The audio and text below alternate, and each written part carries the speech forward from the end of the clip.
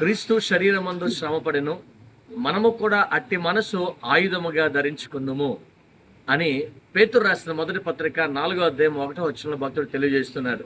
యేసుక్రీస్తు ఈ లోకంలో మనందరికీ రక్షణ ఇవ్వడం కోసం ఈ లోకానికి వచ్చి ఆయన శరీరమందు శ్రమపడిన వారిగా ఉన్నారు.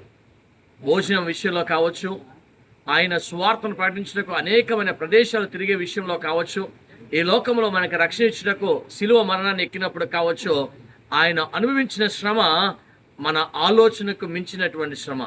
అయితే అట్టి మనసు మనము కూడా ఆయుధముగా ధరించుకోవాలి. ఈ నూతన సంవత్సరంలో యేసుక్రీస్తు ప్రభు వారిని వెల్లడిపరచుటకు మనము ఎన్ని శ్రమలు వస్తున్నప్పటికీ, మన శరీరమందు ఎన్ని ఇబ్బందులు ఉన్నప్పటికీ, మనము అనేక మందికి యేసుక్రీస్తుని మన యొక్క జీవితము ద్వారా చూపించడానికి అటువంటి మనసును ఆయుధముగా ధరించుకుందాం.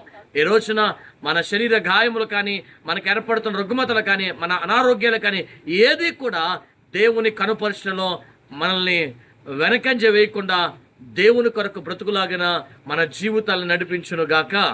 ఆమేన్.